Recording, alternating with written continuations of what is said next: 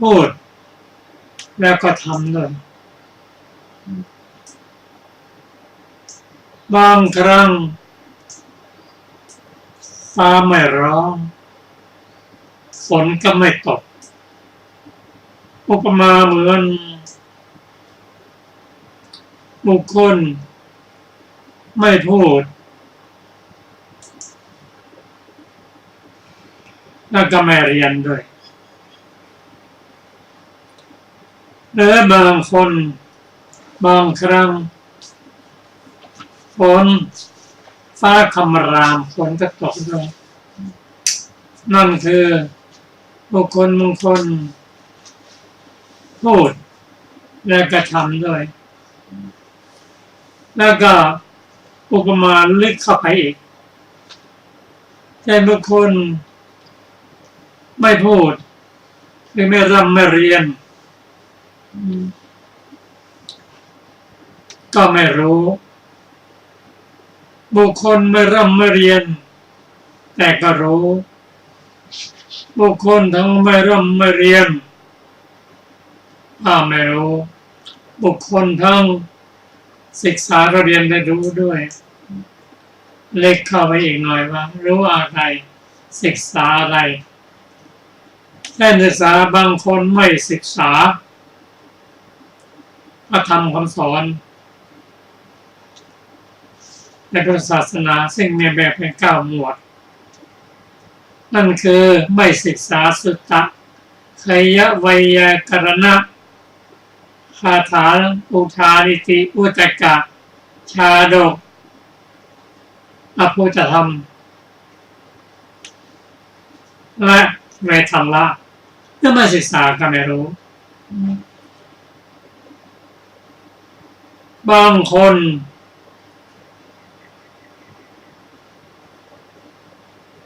ศึกษาแล้วก็รู้อะไรรู้ว่านี้ทุกข์นี้สมุทัยนิโรธและมรรคเป็นต้นบางพวกก็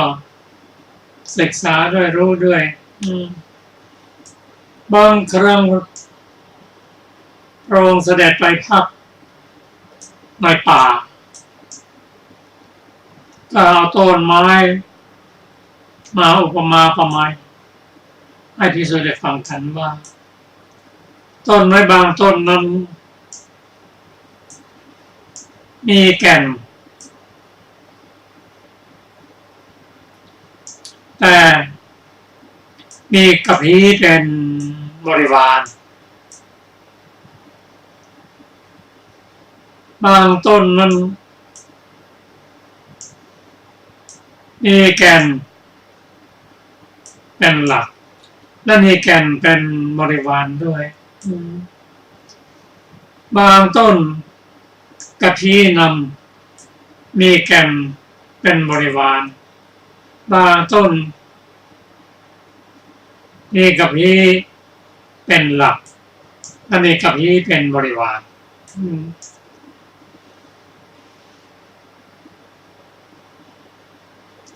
ยกตัวอย่างว่าบุคคลบางคน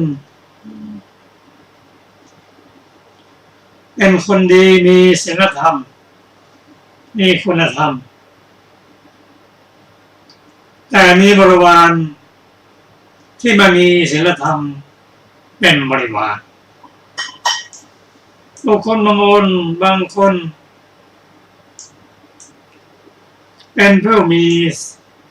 ศีลมีกัญญาธรรมแล้วก็มีบริวารที่มีศีลเป็นกัญญาธรรมเป็นบริวารด้วยบุคคลบางคนเป็นผู้ไม่มีศีลไม่มีกัญญาธรรมก็มีคนที่ไม่เป็นมีศีลไม่มีกัญญาธรรมนะเป็นบริวารบุคคลบางคน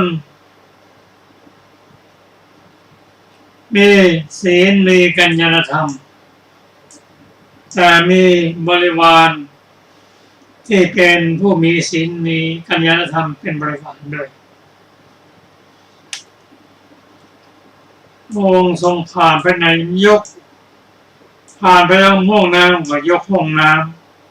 ำมาอุปมาอุปไมยมาภิกษุทั้งหลายประดุจห้องน้ำที่ลึกแต่ปรากฏว่ามีเงาตื้น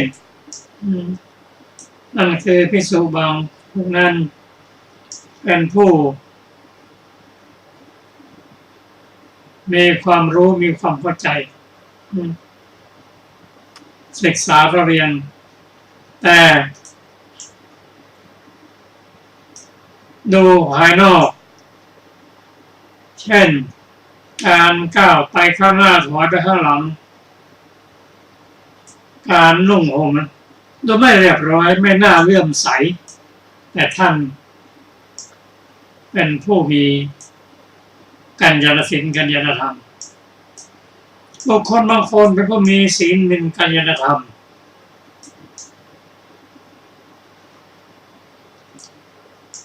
โดยท่วงนำเลยแต่ดูเงาน้ำก็เล็กด้วยนั่นคือดูภายนอกแล้วจะเป็นการก้าวไปข้างหน้าถอยไปหลังก็ดีการนุ่งห่มจีวรก็ดีน่าเลื่อมใสหน้าตัวท่านนั้นก็เป็นผู้ที่มีศีลมีกัญญาณธรรมด้วยภิกษุบางสูงนั้นประดุจน้ำตื้น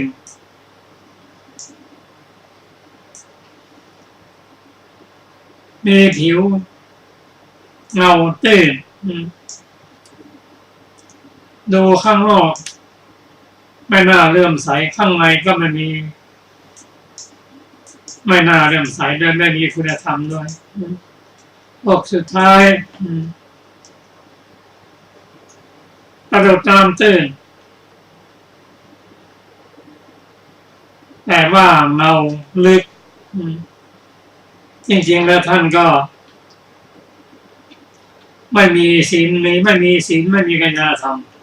แต่ดูข้างนอกหน้าเลื่อมใสมาสิ่งต่างๆเหล่านี้ที่พระองค์ยกมาอุปมานั้นเช่น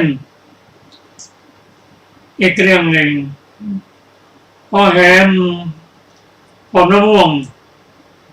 ก็เอามาเปรียบเทียบอุปมาอุปไมยให้ภิกษุได้ฟังกันว่าภิกษุทั้งหลายมะม่วงดิบแต่ผิวสุกนั่นคือบุคคลไม่มีศีลไม่มีกัญญาณธรรมแต่ดูข้างนอกหน้าเลื่อมใสบุคคลผู้ประดุจ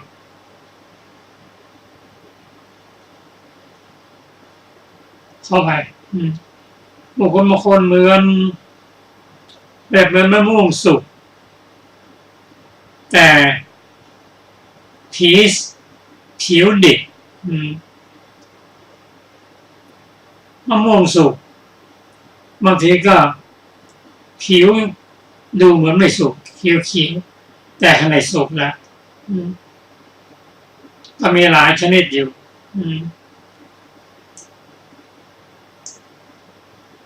บุคคลบางคนเหมือน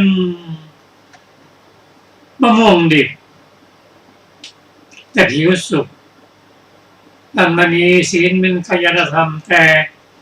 ดูข้างนอกแล้วการนุ่งห่มจีวรการพิจารณาหน้าเลื่อมใสบุคคลบางคน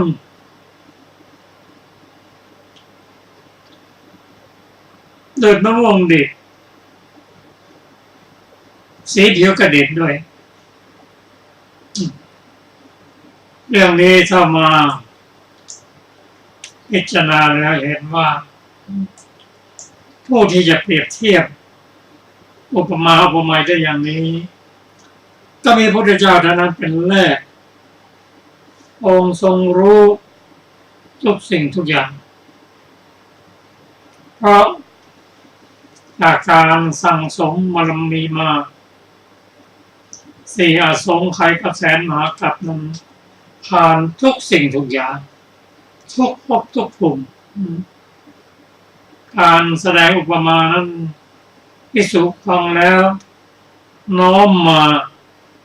พิจารณาเข้ามาหาพิจารณาบรรลุธรรมเป็นนั้นมากบางครั้งพระองค์ตรัสว่าธรรมะที่พระองค์ตรัสสอนนั้นลึกซึ้งสุขุมลุ่มลึกแต่บางคนได้ฟังอุปมาประไมยแล้วก็เข้าใจได้ง่ายขึ้นตรัสรู้ได้เร็วขึ้น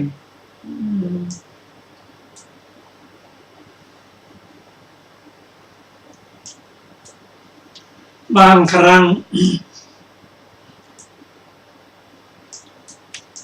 ภิกษุรับกรรมฐานจากพระพุทธเจ้าแล้ว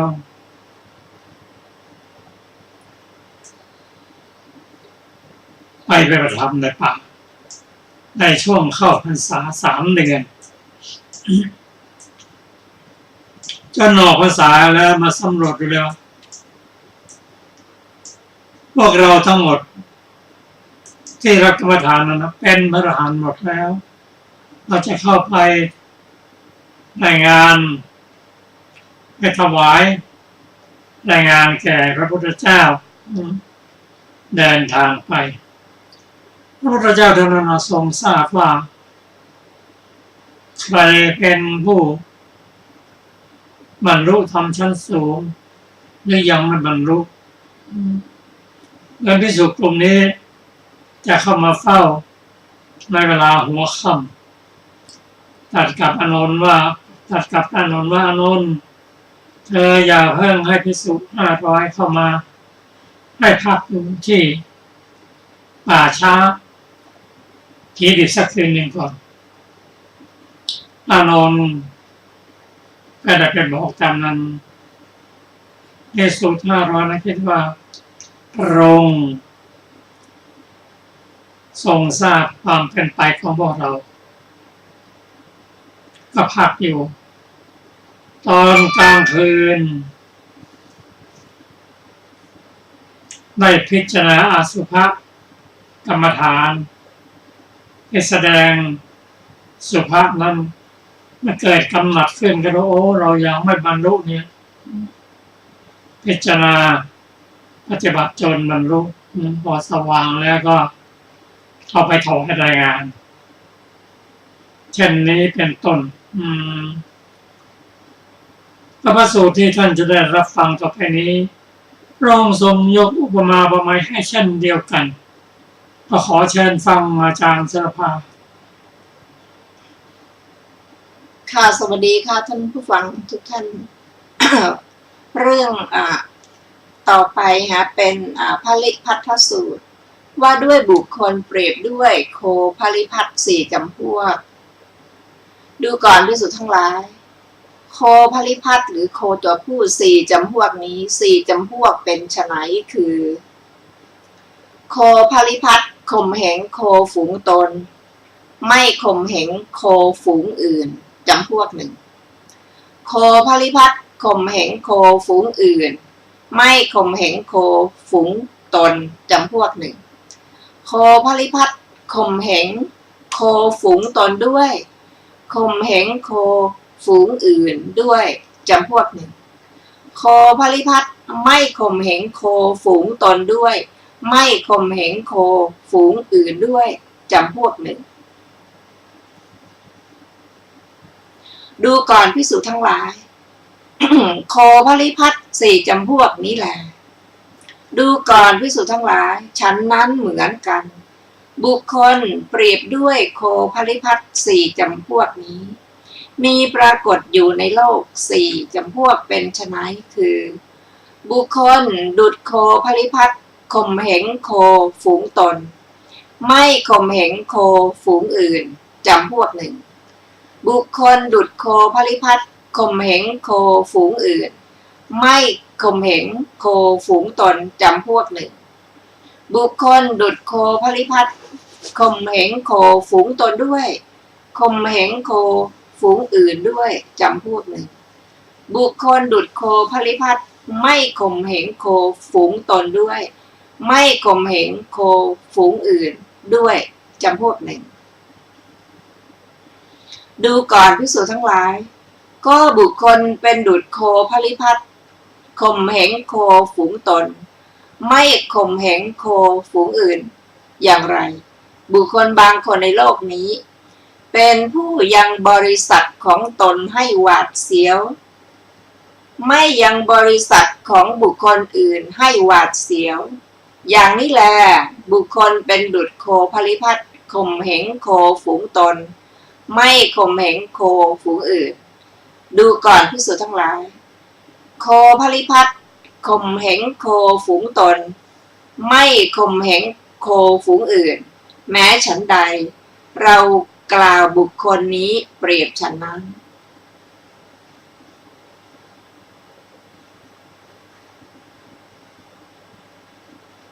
ดูก่อนภิกษุทั้งหลายก็บุคคลเป็นดุจโคพลิพัฒน์ข่มเหงโคฝูงอื่นไม่ข่มเหงโคฝูงตนเป็นอย่างไรบุคคลบางคนในโลกนี้ยังบริษัทอื่นให้หวาดเสียวไม่ยังบริษัทของตนให้หวาดเสียวอย่างนี้แหละบุคคลเป็นดุจโคพลิพัฒน์ข่มเหงโคฝูงอื่นไม่ข่มเหงโคฝูงตนดูก่อนภิกษุทั้งหลายโคพลิพัฒน์ข่มเหงโคฝูงอื่นไม่ข่มเหงโคฝูงตนแม้ฉันใดเรากล่าวบุคคลนี้เปรียบฉันนั้นดูก่อนภิกษุทั้งหลายก็บุคคลเป็นดุจโคพลิพัฒน์ข่มเหงโคฝูงตนด้วยข่มเหงโคฝูงอื่นด้วยอย่างไรบุคคลบางคนในโลกนี้ยังบริษัทของตนและบริษัทของผู้อื่นให้หวาดเสียวอย่างนี้แลบุคคลเป็นดุจโคพลิพัฒน์ข่มเหงโคฝูงตนด้วยข่มเหงโคฝูงอื่นด้วยดูก่อนภิกษุทั้งหลายโคพลิพัฒน์ข่มเหงโคฝูงตนด้วยข่มเหงโคฝูงอื่นด้วยแม้ฉันใดเรากล่าวบุคคลนี้เปรียบฉันนั้นดูก่อนภิกษุทั้งหลายก็บุคคลเป็นดุจโคพลิพัฒน์ไม่ข่มเหงโคฝูงตนไม่ข่มเหงโคฝูงอื่นเป็นอย่างไรบุคคลบางคนในโลกนี้ไม่ยังบริษัทของตนและบริษัทของบุคคลอื่นให้หวาดเสียวอย่างนี้แหละบุคคลเป็นดุจโคพลิพัฒน์ไม่ข่มเหงโคฝูงตนไม่ข่มเหงโคฝูงอื่นดูก่อนภิกษุทั้งหลายโคพลิพัฒน์ไม่ข่มเหงโคฝูงตนไม่ข่มเหงโคฝูงอื่นแม้ฉันใดเรากล่าวบุคคลนี้เปรียบฉันนั้นดูก่อนภิกษุทั้งหลายบุคคลเปรียบด้วยโคพลิพัฒน์สี่จำพวกนี้แลมีปรากฏอยู่ในโลกจบพลิพัฒน์สูตรที่8และมีอรรถกถาวินิจฉัยดังต่อไปนี้โคพลิพัฒน์ใดย่ำยีฝูงโคของตนไม่ย่ำยีฝูงโคของผู้อื่นโคพลิพัฒน์นี้ชื่อว่าดุแต่ในโคฝูงของตนไม่ดุในโคฝูงอื่นบททั้งปวงพึงทราบอย่างนี้บทว่าอุเพเชตาโหติได้แก่กระทบคือเสียดแทงทำให้เกิดความหวาดหวั่น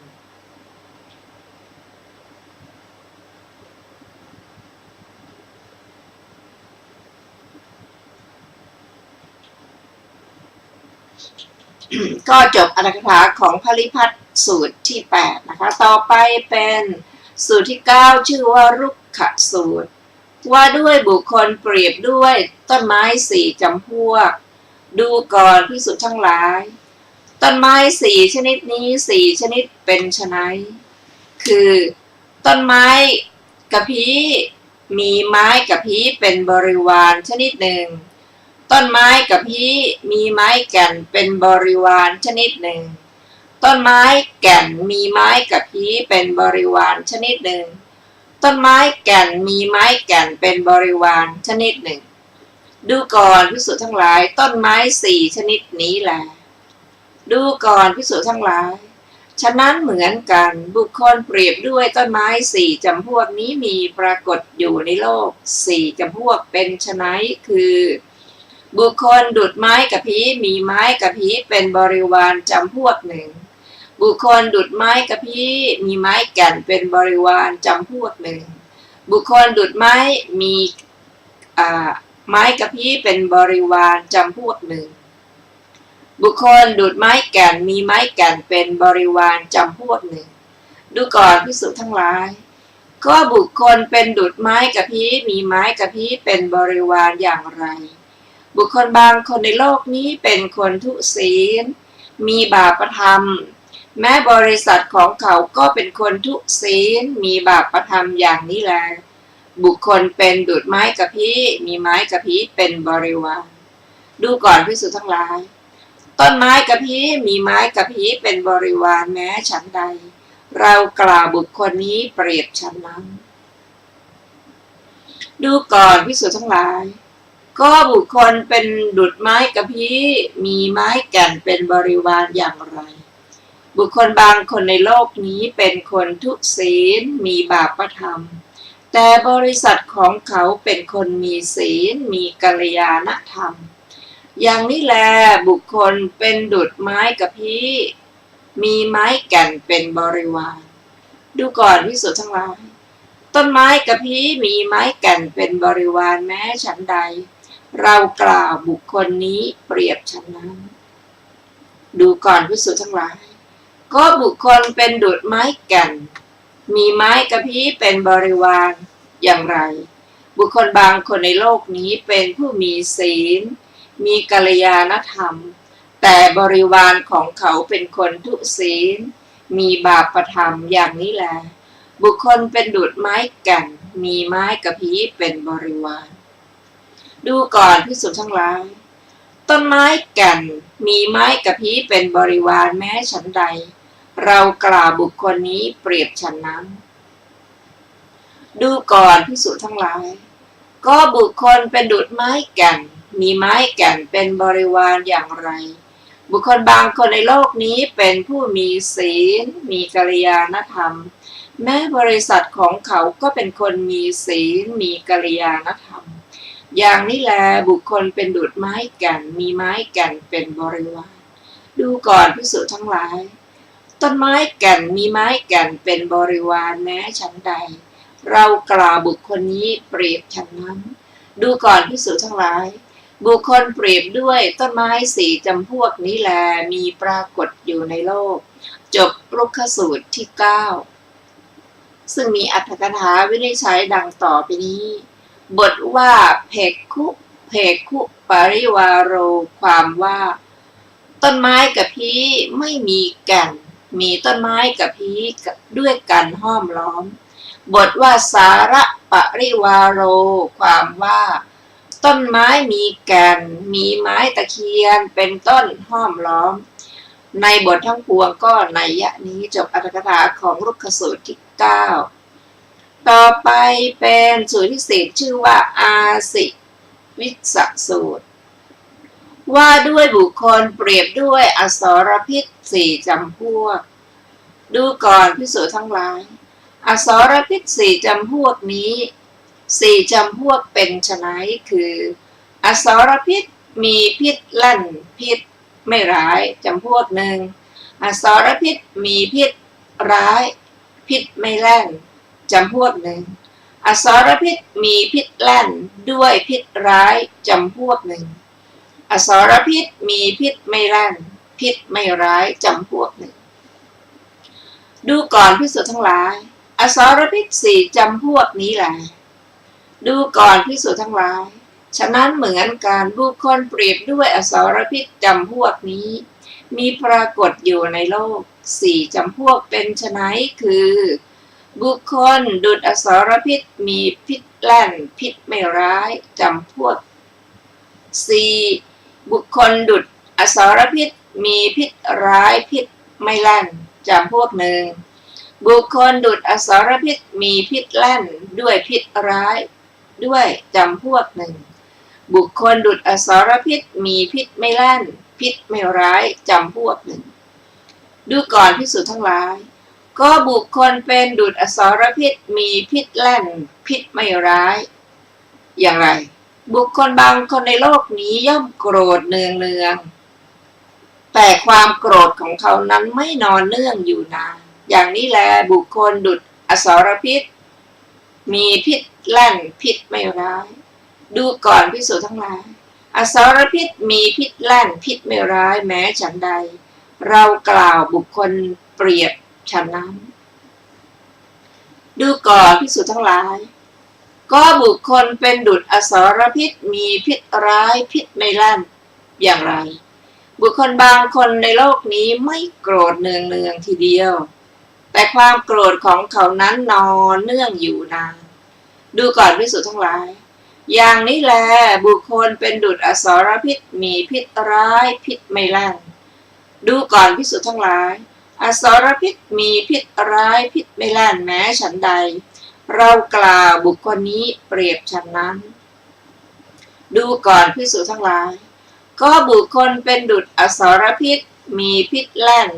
ด้วยมีพิษร้ายด้วยอย่างไรบุคคลบางคนในโลกนี้ย่อมโกรธเนืองๆและความโกรธของเขานั้นนอนเนื่องอยู่นานอย่างนี้แลบุคคลเป็นดุจอสรพิษมีพิษแล่นด้วยพิษร้ายด้วยดูก่อนภิกษุทั้งหลายอสรพิษมีพิษแล่นด้วยพิษร้ายด้วยแม้ฉันใดเรากล่าวบุคคลนี้เปรียบฉันนั้นดูก่อนภิกษุทั้งหลายก็บุคคลเป็นดุจอสรพิษมีพิษไม่แล่นพิษไม่ร้ายอย่างไรบุคคลบางคนในโลกนี้ไม่โกรธเนืองๆทั้งความโกรธของเขานั้นก็ไม่นอนเนื่องอยู่นาน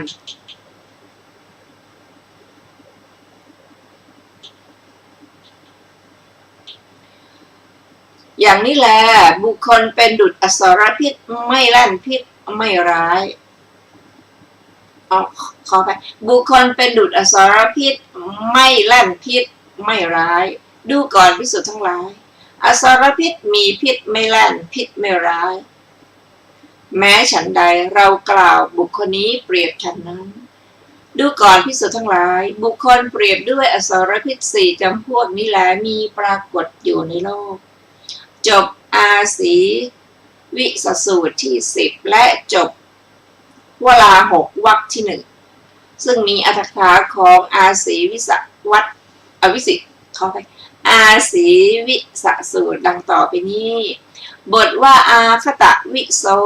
นะโคระวิโสความว่าพิษของอสรพิษแล่นแต่ไม่ร้ายไม่เบียดเบียนตลอดกาลแม้ในบทที่เหลือก็นัยยะนี้แหละจบอรรถกถาของอาสีวิสสูตรที่10และจบวลา6วรรควรรณนาที่1รวมพระสูตรที่มีในวรรคนี้ทั้งหมด10วรรคด้วยกันคือปฐมวลา6สูตรทุติยวลา6สูตรกุมภสูตรอุทกะรหัทสูตรอัมพสูตรมุสิกาสูตรภริพัทสูตรรุกขสูตรและอาสีวิสสูตรและอรรถกถาต่อไปเราจะได้ศึกษานะคะใน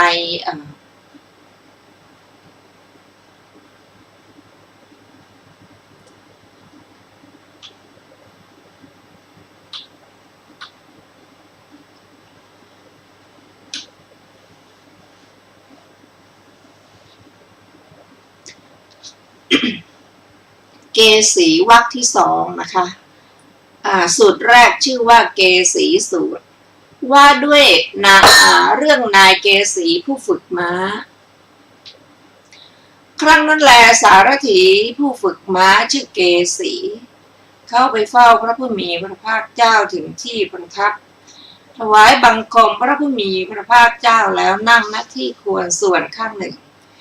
ครั้งแล้วพระผู้มีพระภาคเจ้าได้ตรัสถามว่าดูก่อนเกสี ขออภัยค่ะ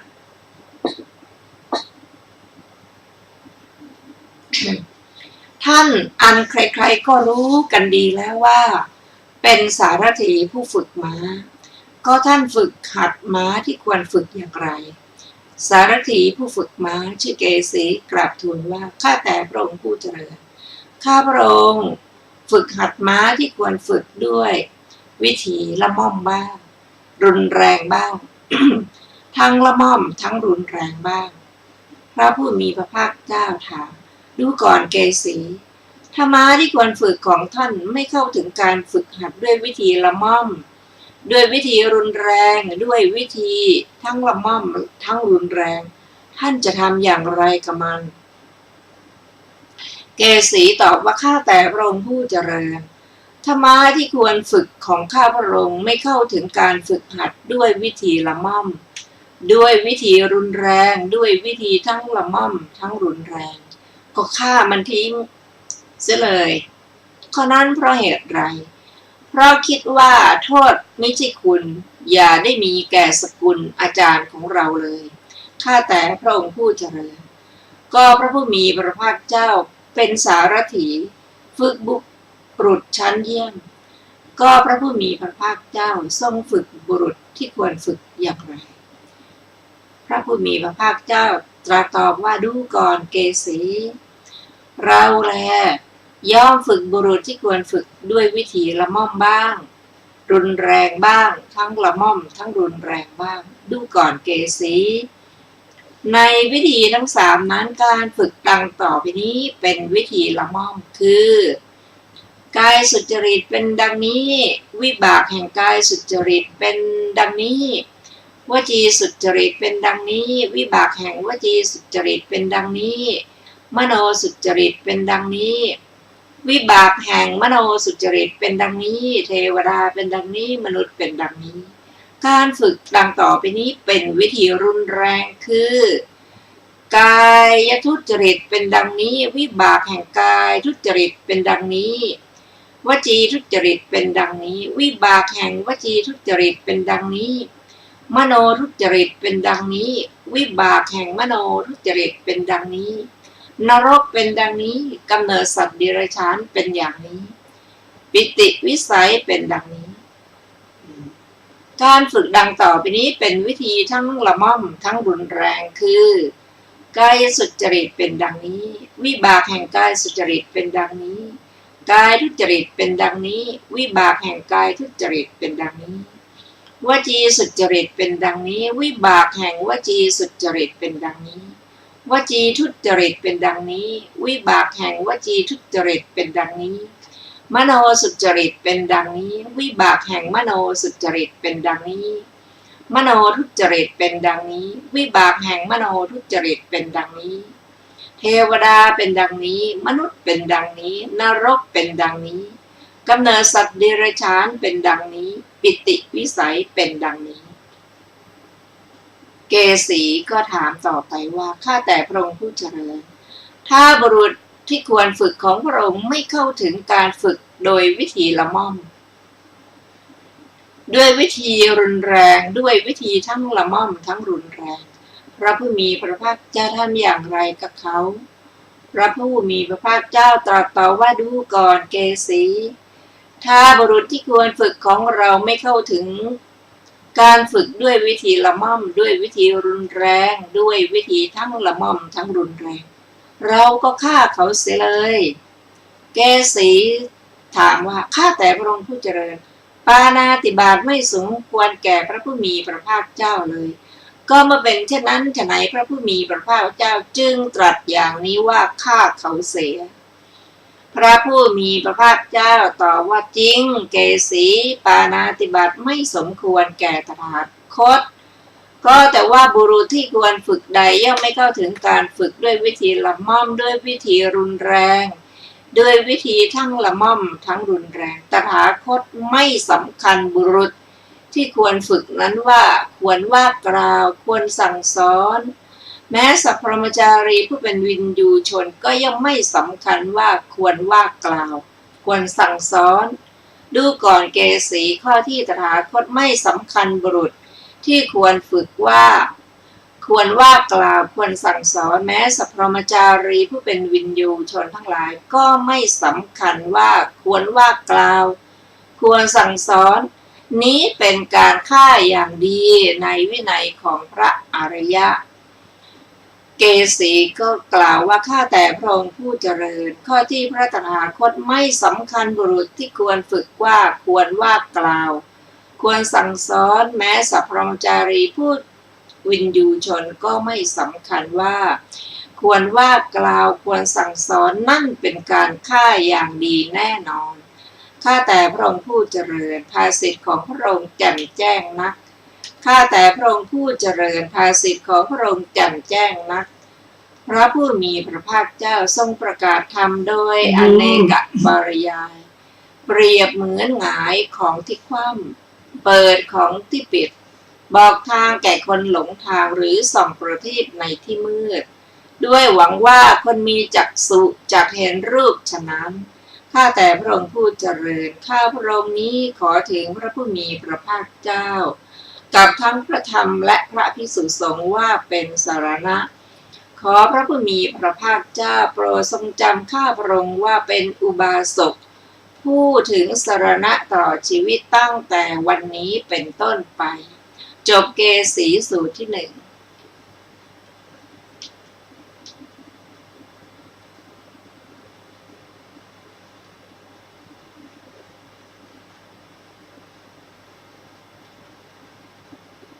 ต่อไปเป็นเกสีววรรณนาที่สองนะคะอัตถกถาของเกสีสูตรพึงทราบวินิจฉัยในเกสีสูตรที่หนึ่งแห่งวรรคที่สองดังต่อไปนี้บทว่าเกสีเป็นชื่อของนายสารถีผู้ฝึกม้าชื่อว่าสารถีผู้ฝึกม้าเพราะธรรมะที่ควรฝึกให้เข้าใจจึงฝึกในบทว่าสันเหนปิทเมติเป็นต้นนายสารถีทำสักการะพอสมควรแก่ม้านั้นคือให้กินโภชนะอย่างดีให้ดื่มน้ำอร่อยพูดด้วยถ้อยคำนิ่มนวลแล้วจึงฝึกชื่อว่าฝึกด้วยวิธีละมุนละม่อมเมื่อฝึกด้วยผูกเข่าผูกปากด้วยและแทงด้วยประตักเคี่ยนด้วยแส้พูดคำหยาบนี่ชื่อว่าการฝึกด้วยวิธีรุนแรงต้องทำทั้งสองวิธีนั้นตามการอันควรชื่อว่าฝึกทั้งวิธีละมุนละม่อมทั้งวิธีรุนแรงจบอัตถกถาของเกสีสูตรที่หนึ่งต่อไปเป็นสูตรที่สองชื่อว่าชวสูตรว่าด้วยสมบัติสี่ของม้าอาชาไนกับของภิกษุสงฆ์ดูก่อนภิกษุทั้งหลายม้าอาชาไนตัวเจริญของพระราชาประกอบด้วยองค์สี่ประการย่อมเป็นม้าควรแก่พระราชาเป็นม้าต้นย่อมถึงการนับว่าเป็นพระราชพาหนะองค์สี่ประการเป็นไฉนคือซื่อตรงประการหนึ่งว่องไวประการหนึ่งอดทนประการหนึ่งสงบเสงี่ยมประการหนึ่งดูก่อนภิกษุทั้งหลายม้าอาชาไนตัวเจริญของพระราชาประกอบด้วยองค์สี่ประการนี้แหละ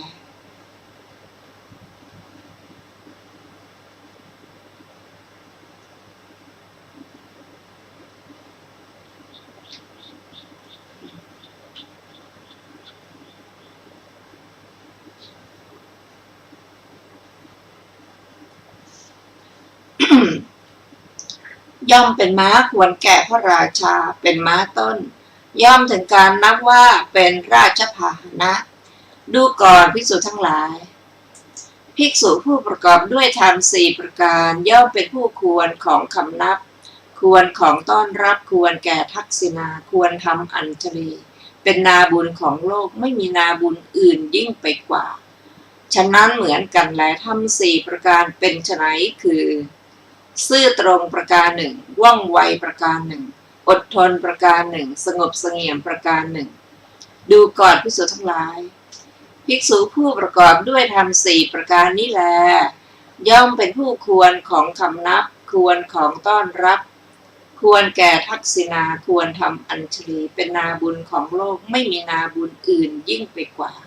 จบชวสูตรที่สองซึ่งมีอัตถกถาดังต่อไปนี้บทว่าอาชเวนะคือซื่อตรงบทว่าชเวนะคือฝีเท้าเร็วบทว่าขันติยาได้แก่มีความอดทนคืออดกลั้น บทว่าโสรัจเจนะคือความช่ำชื่นเป็นปกติในองค์แห่งคุณของบุคคลบทว่าชเวนะได้แก่ด้วยกำลังเร็วแห่งยาน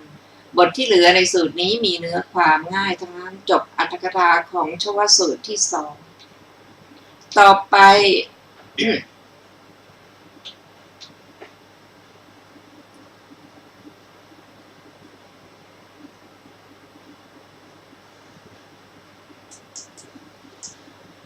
เป็นสูตรที่3ชื่อว่า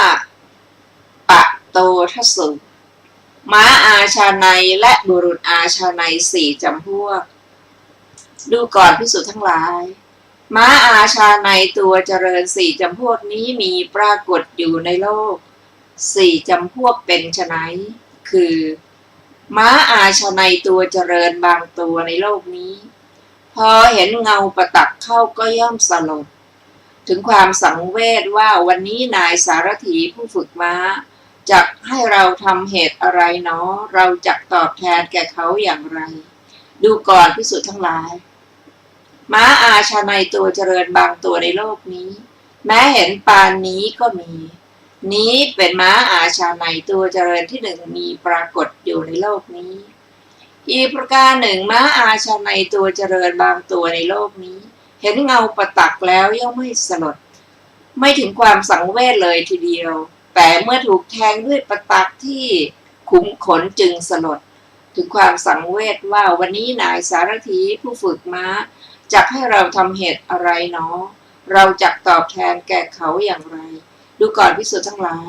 ม้าอาชาในตัวเจริญบางตัวในโลกนี้แม้เห็นปานนี้ก็มีนี้เป็นม้าอาชาในตัวเจริญที่2มีปรากฏอยู่ในโลกอีกประการหนึ่งม้าอาชาในตัวเจริญบางตัวในโลกนี้เห็นเงาประตักย่อมไม่แล้วย่อมไม่สลดไม่ถึงความสังเวชแม้ถูกแทงด้วยประตักที่ขุมขนก็ไม่สลดไม่ถึงความสังเวชแต่เมื่อถูกแทงด้วยประตักถึงผิวหนังจึงสลดถึงความสังเวชว่าวันนี้นายสารถีผู้ฝึกม้าจักให้เราทำเหตุอะไรเนาะเราจักตอบแทนแก่เขาอย่างไรดูก่อนภิกษุทั้งหลายม้าอาชาในตัวเจริญบางตัวในโลกนี้แม้เห็นปานนี้ก็มีนี้เป็นม้าอาชาในตัวเจริญที่3มีปรากฏอยู่ในโลก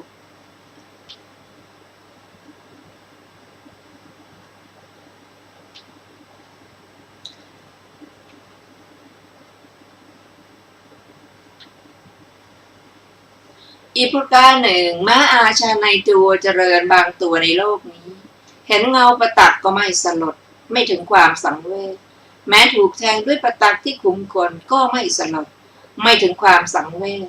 แม้ถูกแทงด้วยประตักถึงผิวหนังก็ไม่สลดไม่ถึงความสังเวชแต่เมื่อถูกแทงด้วยประตักถึงกระดูกจึงสังเวชถึงความสลดว่าวันนี้นายสารถีผู้ฝึกม้าจักให้เราจะเหตุอะไรเนาะเราจักตอบแทนแก่เขาอย่างไรดูก่อนภิกษุทั้งหลายม้าอาชาในตัวเจริญบางตัวในโลกนี้แม้เห็นปานนี้ก็มีนี้เป็นม้าอาชาในตัวเจริญที่4มีปรากฏอยู่ในโลกดูก่อนภิกษุทั้งหลายม้าอาชาในตัวเจริญ4จำพวกนี้แหละมีปรากฏอยู่ในโลกดูก่อนภิกษุทั้งหลายบุรุษอาชาในผู้เจริญ4จำพวกมีปรากฏอยู่ในโลกฉะนั้นเหมือนกัน4จำพวกเป็นไฉนคือบุรุษอาชาในผู้เจริญบางคนในโลกนี้ได้ฟังว่าในบ้านหรือในนิคมโน้นมีหญิงหรือชายถึงความทุกข์หรือทำกาลกิริยาเขาย่อมสลดถึงความสังเวชเพราะเหตุนั้นเป็นผู้สลดแล้วเริ่มตั้งความเพียรไว้โดยแยบขายมีใจเด็ดเดียวย่อมกระทำให้แจ้งซึ่งปรมัตถสัจจะด้วยนามกายและเห็นแจ้งแทงตลอดด้วยปัญญาม้าอาชาในตัวเจริญพอเห็นเงาประตักย่อมสลดถึงความสังเวชแม้ฉันใดเรากล่าวบุรุษอาชาในผู้เจริญนี้เปรียบฉันนั้นดูก่อนภิกษุทั้งหลายบุรุษอาชาในผู้เจริญบางคนในโลกนี้แม้เห็นปานนั้นก็มี นี้เป็นบุรุษอาชนัยผู้เจริญที่หนึ่งมีปรากฏอยู่ในโลกอีกประการหนึ่งบุรุษอาชาในผู้เจริญบางคนในโลกนี้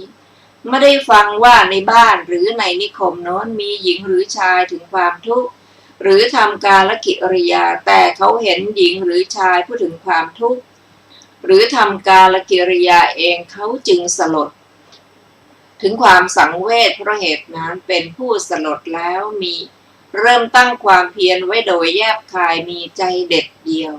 ย่อมกระทำให้แจ้งซึ่งปรมสัจจะด้วยนามกายและเห็นแจ้งแทงตลอดด้วยปัญญาม้าอาชนัยตัวเจริญถูกแทงด้วยประตักที่ขุมขนย่อมสลดถึงความสังเวชแม้ฉันใดเรากล่าวบุรุษอาชานัยผู้เจริญนี้เปรียบฉะนั้นดูก่อนภิกษุทั้งหลายบุรุษอาชาในผู้เจริญบางคนในโลกนี้แม้เห็นปานนี้ก็มีนี้เป็นบุรุษอาชาในผู้เจริญที่สองมีปรากฏอยู่ในโลก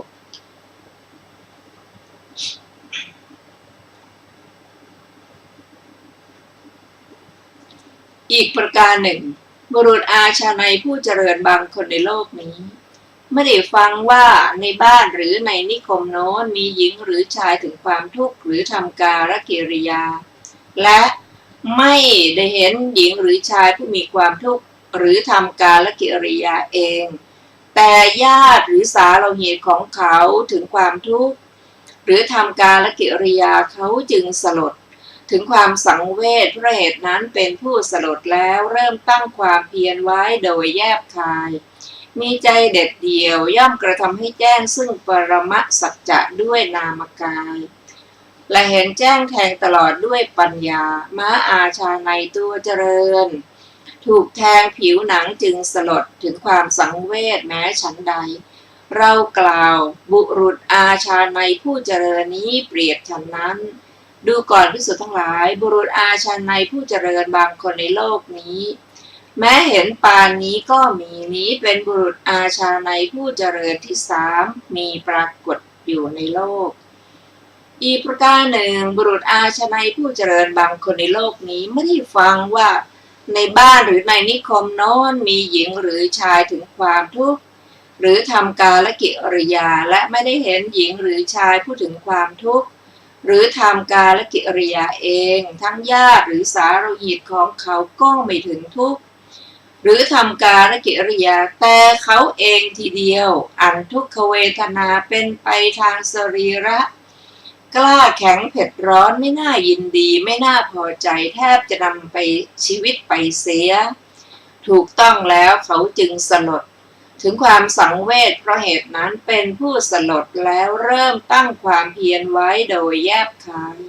มีใจเด็ดเดี่ยวย่อมกระทำให้แจ้งซึ่งปรมสัจจะด้วยนามกาย